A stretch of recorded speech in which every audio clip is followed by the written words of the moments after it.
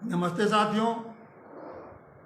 गांव सरकार की 91वीं कड़ी में हम आपसे बातचीत करेंगे और आज हम नागालैंड के बारे में आपसे बात करेंगे। नागालैंड अभी तक जिन राज्यों के बारे में आपसे मैंने बात किया, वहाँ जो भारतीय संविधान का जो 73वां संशोधन है, जिससे कि ग्राम पंचायतें लागू की गई हैं, ग्राम पंचायती व्यवस्था लागू की गई है, उनके संबंध में सारी अभी जितने भी राज्य थे सभी में ग्राम पंचायती व्यवस्था जो संविधान वाली है वो लागू है 73वें संशोधन से।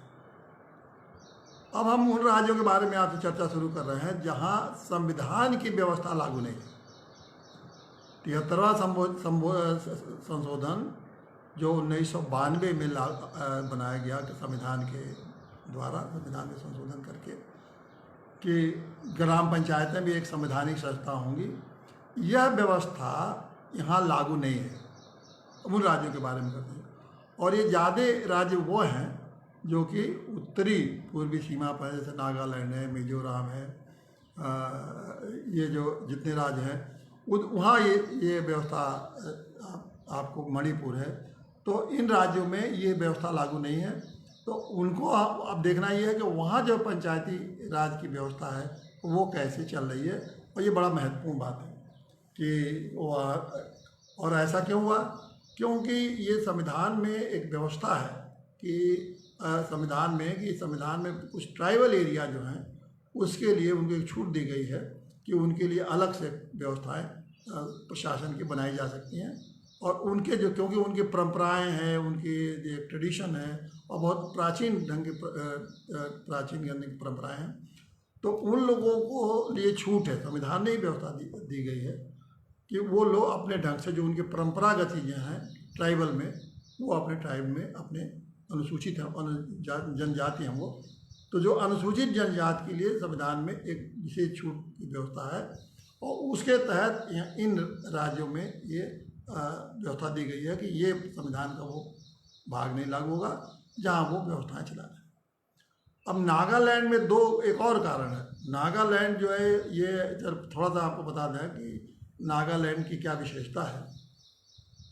नागालैंड पहले ये एरिया जो नागाओं का, ये हमारे देश में नागाओं का बड़ा महत्व है और उन लोगों का एक माना जाता है कि वो अपने ढंग से ही अपने जीवन को जीते हैं और उन बड़े सांस्कृतिक और उनके जो परंपराएं हैं उनके बड़े सुदृढ़ परंपराएं और सांस्कृतिक इतिहास उनका है, तो इसलिए उनको अपना एक जीने का उनका एक तरीका है। तो पहले आसाम के कुछ क्षेत्रों में रहते थे, आसाम राज्य में, लेकिन वो हमेशा उसको संघर्ष करते रहे कि हमारा अलग से राज्य होना चाहिए। उनका अलग राज्य तो देश की मांग करते थे कि हमारा अलग देश होना चाहिए। देश की मांग तो नहीं स्वीकार हुआ, लेकिन 1963 में ये एक राज्य बना नागालैंड। एक राज्य के रूप में उसको मान्यता भारत सरकार ने दी और भारत का वो अंग एक राज्य के रूप में उसको स्वीकार कर लिया गया। तो एक 16वां राज्य है, उसमें 1963 में जब बनाता था इस राज्य का नंबर था 16वां। तो बहुत सारे 27-28 राज्य हो गए हैं, उस समय 16वां इसका नंबर था। तो 16वां राज्य बना और इसके में जो आपने सुना होगा जो 371 का बहुत चर्चा होती है, जैसे कश्मीर के मामले में सब लोग यही समझते हैं कि सिर्फ कश्मीर में ही 371 लागू है। ऐसी बात नहीं है ना, ये इन राज्यों में भी क्योंकि विशेष दर्जा है इसलिए इन राज्यों में भी आसाम ये लागू है, जैसे कि नागालैंड में है, मिजोरम में है, मणिपुर में है, इन राज्यों में और भी कुछ राज्यों में जो उत्तरी पूर्वी राज्य हैं सीमा पर, उनमें भी 371 लागू है। तो 371 के अंतर्गत नागालैंड को एक विशेष दर्जा मिला हुआ है और इसलिए उनकी व्यवस्था है। तो पंचायती राज के बारे में आप चर्चा हम करेंगे कि पंचायती राज की व्यवस्था यहाँ कैसी है। एक बात जान लीजिए, जो आदिवासी हैं, आदिवासी लोगों के यहाँ ये जो अपनी व्यवस्था चलाने का और अपने परंपरा, अपने रीति रिवाज और अपने ढंग से अपनी व्यवस्था चलाने का एक बहुत पुराना इतिहास है।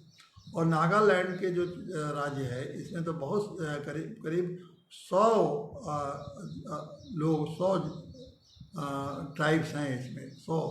ये कितनी बड़ी एक तो ये सबसे छोटा राज्य है, जान लीजिए। छोटा राज्य देश में जितने भी राज्य हैं उसमें सबसे छोटा राज्य है। और इसकी जनसंख्या कुल जनसंख्या 19,06,000 के आसपास इसकी जनसंख्या है। तो मतलब उत्तर प्रदेश में तो एक ज़िले की भी इससे ज़्यादा जनसंख्या है। तो अब ये स्थिति है कि उसकी 19 लाख, तो चूँकि 20 लाख पे ही ग्राम पंचायतें बनती हैं, तो एक कारण ये भी है कि 20 लाख की आबादी जिस जिले में उसी में ग्राम पंचायती राज्य में जिस राज्य की है उसी में ग्राम पंचायतें स्थापित की गई है। तो इस कारण भी नागालैंड में ग्राम पंचायतों को जो संवैधानिक व्यवस्था नहीं लागू की गई, क्योंकि वहाँ की आबादी 19,06,700 के आसपास है। तो इतनी कम आबादी के होने के नाते ये उसका न लागू होना। और दूसरी बात यह है कि एक नागालैंड को ये कहते हैं कि ये पूरब का स्विट्जरलैंड है। इतना खूबसूरत प्रदेश है ये, क्योंकि ये सारे तरफ पहाड़ियों से घिरा हुआ है, हरियाली बहुत ज़्यादा हरियाली है यहाँ। और इसमें लोगों को इस छोटे से सुंदर देश में, सुंदर प्रदेश में 100 जनजातियाँ हैं, 100 ट्राइब्स है समझ लीजिए।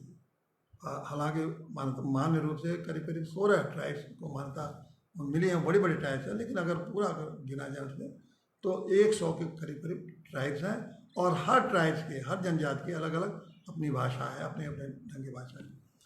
तो लेकिन अब चूँकि आसाम का प्रदेश रहा तो भाग रहा, तो आसामी भी यहाँ बोली जाती है और 100 ट्राइब्स के लोग वहाँ हैं।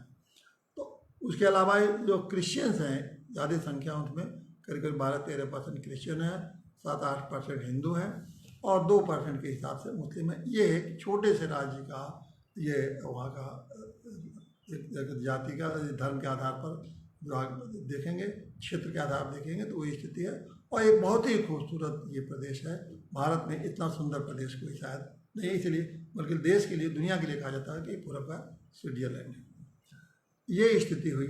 अब हम बात करेंगे कि ग्राम पंचायती व्यवस्था क्या है। तो उन्होंने नागालैंड में 63 में जैसे बना, तो उन्होंने पहले तो चल ही रहा था उनका अपना जो व्यवस्था थी, उनकी पुरानी जो व्यवस्था थी, हर ट्राइब्स के अलग पंचायती व्यवस्था थी, मतलब प्रशासनिक वो जो उनकी जो व्यवस्था थी, हर ट्राइब बिल्कुल स्वतंत्र इकाई के रूप में काम करते हैं वहाँ।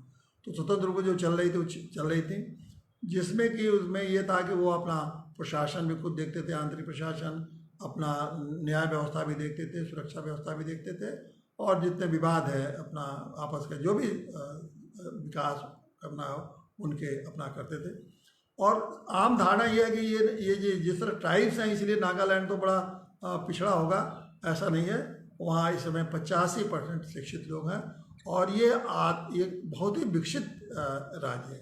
इसको आप पिछड़े राज्यों के दिमाग में बहुत सारे लोग कहेंगे नागालैंड में नागा लोग नंगे घूमते हैं और बड़े पिछड़े होंगे और जंगलों में रहते हैं। ये बात सही है कि ज़्यादातर जंगलों में रहते हैं, उनको जंगल में रहना उनको पसंद है। और उस बहुत, क्योंकि जंगल इतने खूबसूरत हैं उनके, तो रहते तो जंगल में ज़्यादा अधिकांश है। और 2 उनके कोहिमा उनकी राजधानी है और एक बड़ा सिटी है आदिमपुर, उनका शायद बड़ा उनका सबसे बड़ा शहर है। लेकिन ये फिर भी वहाँ अधिक से अधिक ज़्यादा लोग रहना चाहते हैं अपने जंगलों में। और खूबसूरती का वो एक तरह से प्राकृतिक चीज़ों के साथ बहुत उनका अपना लगाव है। तो उन्होंने पहला एक कानून बनाया पहली बार अपने जो उस व्यवस्था को जो चला रहे थे उसको एक कानूनी मान्यता दिलाने के लिए, जो चल रही थी अपने ग्रामीण व्यवस्था, ग्राम पंचायती जो व्यवस्था, उनकी पंचायती व्यवस्था जो उनका अपना आदिवासियों का अपनी जो व्यवस्था पारंपरिक व्यवस्था चल रही थी, उसको पहली बार उन्होंने उसको कानूनी जामा दिलाया। और वो कानून बनाया वहाँ की सरकार ने, Nagaland village area and regional council act. Village में ग्रामीण क्षेत्र और के लिए तो village area and regional council, तो ये परिषद उन्होंने बनाया। लेकिन इसके बाद उन्होंने जो अभी इसमें वर्तमान में प्रचलित है वो है Nagaland village and area council. मतलब इसको कह सकते हैं आप नागालैंड के ग्राम और क्षेत्र परिषद। तो इस समय जो उनकी व्यवस्था है वो हम चर्चा जिनकी करने जा रहे हैं वो है उनकी ग्राम परिषद। तो जैसे यहाँ के ग्राम पंचायतें हैं वैसे नागालैंड में ग्राम परिषद है। तो ये स्पष्ट हो गया कि वहाँ की जो पंचायती व्यवस्था है वो ऐसा नहीं है जैसा कि यहाँ के उत्तर प्रदेश या अन्य राज्यों की है जिनकी हम चर्चा कर चुके हैं, बल्कि उनकी जो व्यवस्था है वो ग्राम परिषद की व्यवस्था है। अब इस ग्राम परिषद का कैसे गठन होता है, उनके पास क्या अधिकार है, इस पर हम थोड़ी चर्चा कर लेते हैं। क्योंकि ग्राम परिषद को तो पहले उनका ये है कि गांव कौन सा है, क्योंकि नागालैंड में ग्राम की व्याख्या जैसे अपने यहाँ रेवेन्यू विलेज का सरकार, उत्तर प्रदेश सरकार घोषित कर देती है कि ये रेवेन्यू विलेज है और उसी को मान लेते हैं ग्राम है। वहाँ भी इसी तरह से है, वहाँ भी कुछ क्षेत्रों को उन्होंने ट्राइब्स के आधार पर थोड़ा सा इसीलिए उनको अलग बनाया गया है कि जो जनजातियाँ एक क्षेत्र में वो रहती हैं उसके हिसाब से उन जनजातियों के क्षेत्र को उन्होंने लगा के घोषित कर दिया कि ये ग्राम है। तो उन्होंने इस तरह से अपने अपने गांव को उन्होंने अपने राज्य में गांव को बनाया है। तो एक तो बात ये हो गई कि ग्राम को इस तरह से उन्होंने ग्राम बनाया है, उनको घोषित किया कि ये गाँव है। अब उस गांव की मतलब गांव मुख्यतः वही गांव है जहाँ की एक ट्राइब्स का एक आदिवासी का क्षेत्र है, उसको उन्होंने एक गांव बना दिया है। ज़्यादातर कोशिश उन्होंने एक ही की है, थोड़े बहुत लोग दूसरे लोग आज उसमें भले शामिल होंगे, लेकिन मुख्य रूप से एक है। अब वो ग्राम परिषद कैसे बनेगा? तो जो ग्राम परिषद है, ये गांव हो गया, तो ग्राम परिषद की चाहे उस जनजात की अपनी जो परंपरा है, अब उसके हिसाब से वहाँ वो प्रतिनिधि चुने जाते हैं गांव के। तो गांव परिषद के प्रतिनिधि चुने जाएंगे। अब बहुत सारे जनजातियों में यह है कि उन्होंने बना रखा है कि इस आर्थिक स्थिति के लोग चुने जाएंगे, गांव के इतने बुजुर्ग चुने जाएंगे, गांव में जिन खानदानी जो चले आ रहे हैं वो लोग चुने जाएंगे। तो वो जो उनकी एक परंपरा है उस ट्राइब्स की, करीब करीब उसके अनुसार ही वो अपना एक प्रतिनिधि चुनते हैं। उसमें कोई सरकार ने नियम नहीं बनाया कि एक्ट के अधिनियम के तहत कि आप ऐसे चुनिए, जैसे कि यहाँ गांव में गांव के लोग मिलके अपना 10 या 12 या 15 जैसे चुनते हैं और वो चुनाव के द्वारा होता है। उनके यहाँ ऐसा नहीं है, यहाँ सब लोग खड़े हो सकते हैं और चुनाव के अनुसार जीत सकते हैं, बन सकते हैं प्रतिनिधि, गांव सभा के मेंबर, गांव पंचायत के मेंबर। वहाँ ऐसी व्यवस्था नहीं, वो अपने हिसाब से जो उनकी परंपरा चल रही है, मान ली बहुत सारे जो उनके वंशानुगत उनके चल रही है कि उनके परिवार के लोग होते आ रहे हैं तो उनको चुना जाता है। उसी तरह जो पूरे ग्राम परिषद का एक अध्यक्ष चुना जाता है। तो जो ये परिषद में जो सदस्य आएंगे, जहाँ से आएंगे गांव के जिस अंग से, ये लोग मिलके एक अपना अध्यक्ष चुनते हैं, उनको ग्राम परिषद का अध्यक्ष चुनते हैं।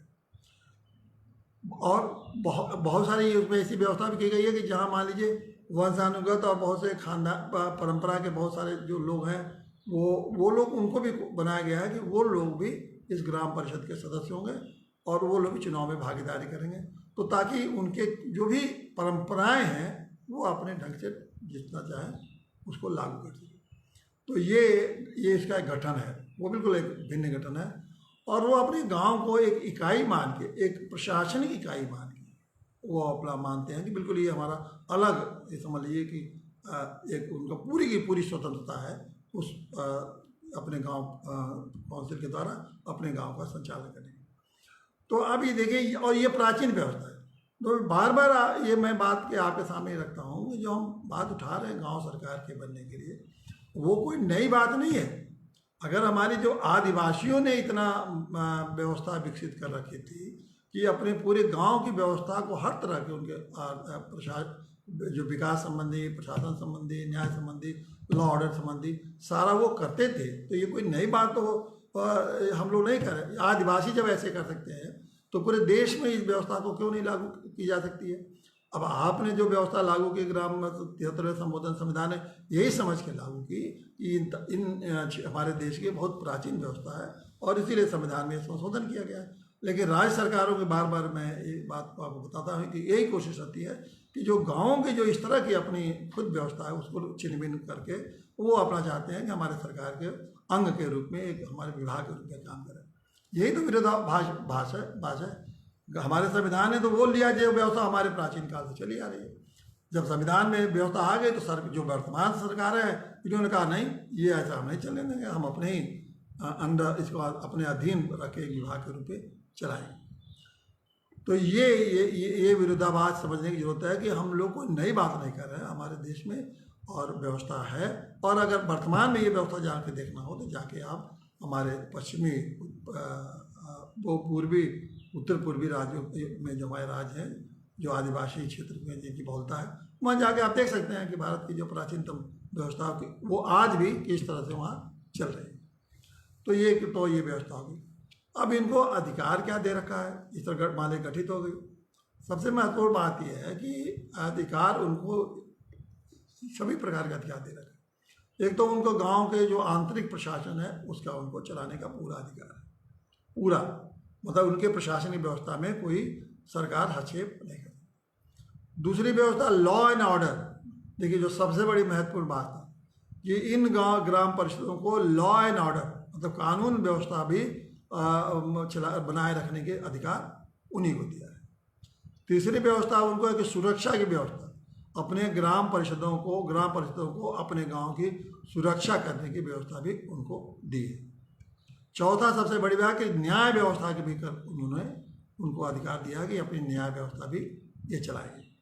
और ये व्यवस्था उन्होंने अब पहले तो परंपरा का चल रही, ये जैसे मैंने कहा, अब उन्होंने कानून बना के Nagaland village and area council जो 1978 में बनाया, उसमें उन्होंने ये अधिकार उन्हीं को दे रखा। तो अब ये कितना महत्वपूर्ण बात है आप पूरे देश के लोगों को जानने के लिए कि आदिवासियों के क्षेत्र में हमारी जो पारंपरिक व्यवस्था है उसमें सब के सब उनको एक तरह स्वतंत्र इकाई के रूप में मान्यता देकर उनको सारी व्यवस्था चलाने का अधिकार दिया। और अधिकार दे, और इसके प्रमाण और उसके प्रमाण में उसका फायदा देखिए कि नागालैंड में एक आधुनिक प्रदेश बना है, वहाँ सबसे ज़्यादा शिक्षा और उन लोगों के सभी से ज़्यादा उत्सव का प्रदेश है। नागालैंड की अपनी स्वतंत्रता के नाते देखिए सबसे ज़्यादा त्यौहार अगर कहीं हैं तो नागालैंड में मनाए जाते हैं। सभी देश के सबसे ज़्यादा अगर उस त्योहारों का है तो वहाँ, और उनका पारंपरिक परिधान भी देखिए कि उनके पारंपरिक परिधान भी है। वो लोग अंग्रेजी भी बहुत जानते हैं और अपने आदि भाषा भी बहुत जानते हैं। बहुत ज़्यादा उनके अंग्रेजी जानने वाले लोग नागालैंड में बहुत ज़्यादा हैं। तो और अपनी जो भाषाएं हैं 100 जैसे मैंने कहा 100 आदिवासी क्षेत्र हैं जिसमें 16 प्रमुख हैं जनजातियाँ, तो उसमें वो अपनी भाषा को भी जीवित रखे हैं। तो जब उनको स्वतंत्रता दी गई तो उन्होंने अपने त्योहारों को जीवित रखा, अपने पारिवारिक और बहुत महत्व देते हैं अपने परिवार को और अपने आदिवासी खाप कहिए या वो ऐसे कह सकते हैं कि वो जो आदिवासी उनका अपना अलग अलग नाम है उनका। तो वो जो जितने अलग अलग 100 आदिवासी हैं वो लोग अपने उन परंपराओं को भी बहुत महत्व देते हैं, परिवार को महत्व देते हैं, उसके जो परंपराएं हैं उसको भी महत्व देते हैं। तो स्वतंत्रता प्राप्त अपने उनको अगर आपने सारा अधिकार दिया है तो उन्होंने अपने प्रदेश की सुंदरता को बहाल रखा है, अपने परंपराओं को बहाल रखा है, अपने संस्कृति को बहाल रखा है, अपनी भाषा को बहाल रखा है। और मैं नहीं समझता कि किसी तरह से उनको किसी तरह से अपने विकास करने में कोई दिक्कत होती है। और शायद ये अगर किसी राज्य के ये चीज़ों को अगर उनको न देते तो राज्य के लोग जो सरकारी तंत्र है वो अपनी ज़बरदस्ती दूसरे प्रदेशों से या दूसरे राज्यों से नकल करके उनको थोपता जाता है, और जो उनके स्वभाव में नहीं आता और वो जो थोपते तो वो ग्रहण नहीं करते, और जब ग्रहण नहीं करते तो वो धीरे धीरे वो प्रदेश की अपनी जो होती है वो तो ख़त्म हो जाती है और नई चीज़ों को ग्रहण नहीं कर पाते। तो ये बात सबको समझने की जरूरत है कि अगर आप उनको स्वतंत्र रूप से उनको अधिकार आप प्रदान करते हैं तो ये मत समझिए कि वो अपने को विकसित नहीं करते। ये जो उत्तर प्रदेश वगैरह के राज्य में यही धारणा है ना, गाँव के लोग क्या जाने, उनमें इतनी समझ नहीं है, उनके अंदर योग्यता नहीं है। अरे जाके नहीं आपके समझ में है तो जाके देखिए इन लोगों ने कैसे अपने को विकसित किया है, आज अपने राज्य को कैसे विकसित किया है। तो वो जब उनको मिला मौका तो उन्होंने अपने राज्य को विकसित किया। आज भी आप अगर इनको दीजिए तो आपको नज़र में आ जाएगा कि कैसे इनको विकसित किया जा सकता है। तो इस तरह से उन्होंने ये नागालैंड वाले उन्होंने विकसित किया।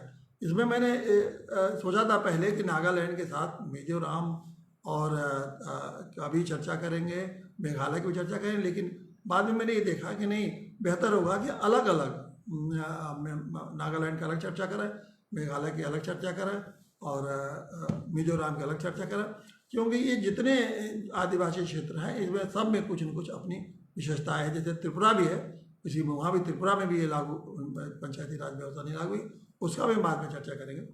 तो ये सभी राज्यों को एक अपने आप में ये आईना है पूरे देश के लिए। ये इन राज्यों को हमने अपने ग्रामीण व्यवस्था को इनके एक बिल्कुल के लिए इनको अधिकार जब दे दिया, अधिकार था ही, जब उनको अधिकार भी दे दिया गया तो उससे वो अपने को और भी अच्छे ढंग से विकसित करने में सफल प्रस्तुत कर दिया कि देखिए हमारे राज्यों की क्या स्थिति है। तो अब यह है कि नागालैंड में ये एक और बात जरूर है कि नागालैंड में अभी वो एक देश की तरह से अपने को वो चाहते हैं, एक संघर्ष चल रहा है कि नागालैंड के लोगों में कि हम अलग देश हों, और उसके पीछे यही है कि उनके एक जो जनजातियां हैं वो इतने भारी संख्या में हैं और सबकी चूँकि अलग अलग परंपराएं हैं, तो उन्होंने समझते हैं कि अलग देश बन जाएंगे, क्योंकि नागा अपनी एक अलग एक परंपरा है, अलग एक सांस्कृतिक उनकी विरासत है, तो हम लोग ज़्यादा विकसित हो पाएंगे। तो इसलिए ये संघर्ष बहुत ब्रिटिश ज़माने से ही चल रहा है, आज भी चल रहा है, और इसलिए वो कहते हैं कि हमारा अलग झंडा होना चाहिए और अलग हमारा कानून होना चाहिए। तो अलग कानून तो सारे के सारे उनके अलग कानून तो नहीं है, लेकिन क्योंकि 371 में यह है कि बहुत सारे सरकार उसमें भारत के कानून लगते हैं, लेकिन फिर भी उनको बहुत सारे अपने कानून बनाने का 371 के नाते उनको अपनी छूट है वो बना सकते हैं।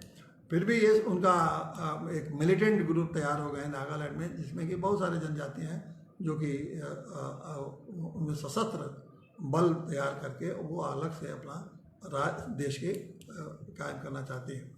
और इस नाते कभी कभी नागालैंड में ये होता है कि बहुत सारे हिंसात्मक कार्रवाइयाँ भी होती हैं, और उस हिंसात्मक कार्रवाइयाँ में नागालैंड को में बहुत सारे उथल पुथल भी होती है। लेकिन आज की स्थिति यही है कि नागालैंड भारत का एक महत्वपूर्ण राज्य है, बहुत ही सुंदर राज्य है, और उसमें अपना हर तरह से नागालैंड धीरे धीरे विकसित कर रहा है। तो ये नागालैंड के अगर पंचायती व्यवस्था के आप अगर ये देखें तो इसके बारे में थोड़ी 2-3 बातें और मैं ये बताना चाहता हूँ कि उनको ऐसे भी अधिकार दिए गए हैं कि किसी बहुत बड़ा गंभीर अपराधी है तो उसको वो गिरफ्तार भी कर सकते हैं, और गिरफ्तार करके पुलिस को इनकर देते हैं। बाकी तो आप देखिए वो जितने पंचायतों का बाद में हमने अब चर्चा की, किसी में भी उनको पंचायतों को गिरफ्तार करने का अधिकार किसी भी पंचायती व्यवस्था में नहीं दिया गया, लेकिन जबकि ग्राम परिषद को यह अधिकार है कि वो अपने लोगों को गिरफ्तार कर सकते हैं। दूसरा अधिकार उनको ये है कि जो भी जमीन अगर कोई स्थानांतरित करता है तो बिना उनके अनुमति के ग्राम परिषद के कोई जमीन नहीं दे सकते। अब ये कितना महत्वपूर्ण अधिकार है, देखिए यहाँ जो उत्तर प्रदेश की चर्चा करें तो गांव की ज़मीन जिसको चाहे उसको बेचे, जिसको चाहे उसको गांव में आके बस जाए, किसी और गांव का आके बस जाए। देखिए उन्होंने क्या किया कि ऐसा इसलिए व्यवस्था बनाई कि उनके उस गांव में उनका जो ग्राम परिषद है एक अलग विशेष ट्राइब जनजाति का है। अब उनके जनजाति में कोई दूसरा लोग आ गए तो उनकी जो सभ्यता है वो संस्कृति को प्रभावित करने लगे। उसी तरह से ये बहुत महत्वपूर्ण बात है गाँव की सभ्यता और संस्कृति को बचाए रखने। अगर उत्तर प्रदेश में चूँकि छूट है, जो जिस गांव में जाए आके बसे, जैसे आए बसे, ठीक है, जो आए बसे। लेकिन ये है कि अगर ये उत्तर प्रदेश में भी अगर गांव के में ये अधिकार रहता कि गांव के अनुमति से ही आप जमीन बेचेंगे, तो कम से कम इतना तो गांव को अधिकार हो जाता कि वो ये देखता कि किस तरह के लोग गांव में क्या करने आ रहे हैं। अब गांव में कोई आके कोई जहरीले सामान का फैक्ट्री लगाना चाहता है तो कम से कम गाँव वाले उनको देखते ना कि आप कौन सी फैक्ट्री लगाना चाहते हैं। अगर गांव में कुछ तरह का ऐसा तो नहीं है कि इससे गांव का पानी की चल खत्म हो जाए, इससे गांव का वातावरण खराब हो जाए, तो ये कुछ नहीं अधिकार का दे रखा है, गांव वाले पे मुँह बैठे रहते हैं। कोई आके आवे गांव में कैसी भी ज़मीन खरीद ले और जो चाहे उस ज़मीन का उपयोग करे, और आप कुछ नहीं बढ़ सकते। अगल बगल सारी ज़मीनें बर्बाद हो जाएंगी, लेकिन आप कुछ नहीं बढ़ सकते। वहाँ ये व्यवस्था उन्होंने कहा कि नहीं, आप जो भी कोई अगर ज़मीन खरीदेगा तो पहले वो ग्राम परिषद से आपको अनुमति लेनी पड़ेगी। ये उन्होंने एक व्यवस्था कर दी। तो दूसरी व्यवस्था उनकी है कि अब वो चाहें तो ये ऐसा नहीं है कि एक ग्राम परिषद अपने विकास के लिए आप नहीं काम करे, 2 ग्राम परिषद 3 ग्राम परिषद मिलके अपने जो और विकास संबंधी है, विकास संबंधी बहुत सारी चीज़ें हैं जो विकास संबंधी यहाँ उत्तर प्रदेश में या सभी संविधान की जितनी जो धाराएं हैं, प्राविधान है अनुसूची 11 का लगभग लोग कल्याण के लिए है, जल के लिए है, शिक्षा के लिए है, स्वास्थ्य के लिए है, जो अन्य गाँव को जो अधिकार मिला हुआ है ग्राम पंचायतों को, वो अधिकार उनके पास है, लेकिन वो संविधान से नहीं मिला हुआ है। उन्होंने अपने इस कानून के तहत में चूँकि करते आ रहे थे, तो इस कानून के तहत में उन्होंने वो उनके पास सारे अधिकार हैं। और ये भी अधिकार उनको मिला हुआ है कि 2-3 ग्राम परिषदें मिलकर काम कर सकती हैं। तो इस तरह से वो अपने जो पर्यावरण है उसको भी अच्छी तरह से बना के रखें। अब ये है कि उनकी जो दिक्कतें हैं, बस वही जैसे मैंने चर्चा किया कि जो दिक्कत इसमें है कि वो भी जैसे कश्मीर में अपने स्वतंत्र राज्य की लड़ाई लड़ रहे हैं, स्वतंत्र देश की, उसी तरह से नागालैंड में लड़ रहे हैं। और इस तरह के जहाँ जहाँ भी जो दिक्कतें आ रही हैं उसके कारण यही है कि उन लोगों को ये हमेशा भय रहता है कि ये अगर हमारा जो देश है जो, और जो नागा, जैसे उनको ये डर है कि नागा जो संस्कृति है वो अगर हम इनके ये सब भारत सरकार के अधीन रहेंगे हर हमेशा, तो वो लोग धीरे धीरे ख़त्म कर देंगे। इसीलिए उनको हमेशा ये डर बना रहता है। इसीलिए हमेशा मांग करते हैं ताकि हमारी जो परंपराएं हैं उसको हम बिल्कुल खोना नहीं चाहते हैं, अपने तौर तरीके हैं। तो लेकिन सरकार ने चूँकि उनके तौर तरीक़ों को ये ऐसा कानून बना दिया कि कुछ हस्तक्षेप नहीं होगा, तो इसलिए वो धीरे धीरे उनका समझ में आ जाएगा कि हम स्वतंत्र तो रहें लेकिन देश के साथ जुड़े रहें, तो उनसे ज़्यादा फायदा। तो धीरे धीरे हो भी रहा है। अब क्योंकि ये 63 में बना राज्य, 63 के बाद अब वो हर चीज़ को कानूनी स्वरूप मिल रहा है, उनके समझौते हो रहे हैं, केंद्र से समझौता होता है। कई मामले में जो नागा लोग हैं वहाँ जो लड़ रहे हैं अपने कहिए नागालैंड की आज़ादी के लिए, तो वो धीरे धीरे वो लोग समझौते भी कर रहे हैं, स्थितियाँ हो रही हैं, लेकिन बीच बीच में अशांति भी फैलती रहती है।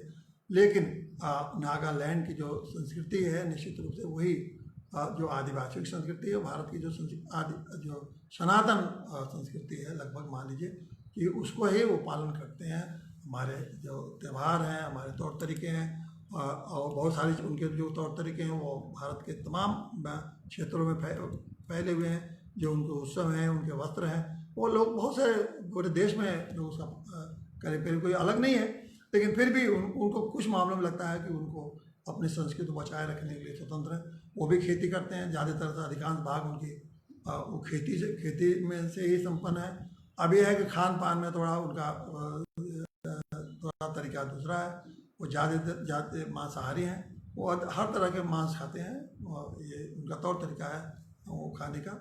उससे कोई फ़र्क नहीं पड़ता क्या खा रहे हैं, ये कोई महत्वपूर्ण नहीं है।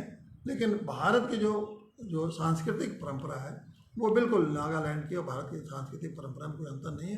कुछ विशेष मामलों में अलग है जिसके लिए उनको एक तरह से छूट मिला हुआ है कि वो अपनी व्यवस्था खुद चलाएं।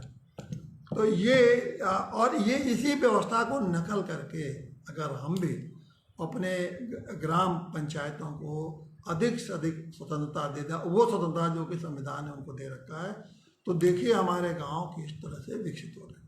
और नहीं तो गांव तो जैसे जिस तरह से बर्बाद कर रहे हैं सरकारें, जिस तरह से गांव को बर्बाद कर रही हैं वो दिखने में आ रहा है। बार बार मैं कितनी बार कह चुका है कि गाँव का पर्यावरण ख़त्म हो गया, गाँव का व्यवहारिकता ख़त्म हो गई, गाँव के अंदर आपस में परिवार ख़त्म हो गए, गाँव का जो जीवन का जो पद्धति थी वो ख़त्म हो रही। ये बात को मैं बार बताऊँ कि गाँव वास्तव में अब गाँव जिस तरह से इन लोगों ने गाँव का संचालन कर रहे हैं सरकार के माध्यम से, वो गाँव धीरे धीरे ख़त्म होते जा रहा है, बहुत जल्दी वो ख़त्म हो जाएंगे। तो इसीलिए ये बहुत ज़रूरी है और इन राज्यों से समझने के लिए कि अगर आप नहीं समझेंगे तो वो राज्य किस तरह से अपने सभ्यता और संस्कृति को बचाने के लिए, किस तरह से अपने गांव की सुरक्षा करने के लिए उन्होंने अपनी व्यवस्था को बनाए रखा है।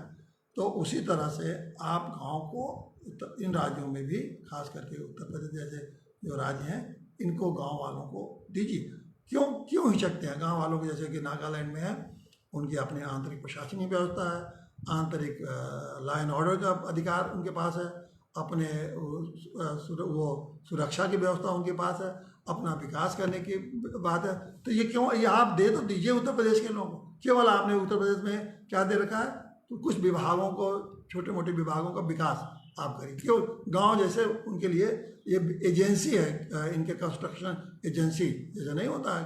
एक ग्राम पंचायत उत्तर प्रदेश के अगर संदर्भ में देंगे तो उत्तर प्रदेश के लिए जो ग्राम पंचायत है वो एक नोडल एजेंसी है कि ये सड़क बनवाएगी, खंजा बनवाएगी, पेड़ लगाएगी, मतलब ये काम करेगी। मतलब उनका कोई अपना अपना अपना विचार और उनके सोच, उनकी समझ, उनकी बुद्धि, उससे कोई मतलब नहीं है। ये काम उनसे करवाएंगे, जैसे मैं बार कहता हूँ, चपरासी की तरह उनसे काम कराएंगे, ये करो वो करो वो करो। बस यही ग्राम पंचायत उत्तर प्रदेश सरकार ने अपने ग्राम पंचायतों को बना रखा है। तो फिर मैं उसको बात दोहराऊंगा कि जितना जल्दी हो ग्राम पंचायतों को उनको अधिकार दीजिए, उनको जो संवैधानिक अधिकार दीजिए, गांव सरकार बनाइए। और गांव सरकार आप अगर बन गई तो मैं बार बार इस बात को दोहराता हूँ कि गांव के जो 1 अरब गांव के लोग हैं वो अपने भाग्य को अपने मालिक बनेंगे, और अपने भाग्य का मालिक खुद जब बनेंगे तो देखिए कितनी तेज़ी से अपने गांव का विकास करेंगे, और गांव का विकास करेंगे तो पूरे देश का विकास होगा। धन्यवाद साथी।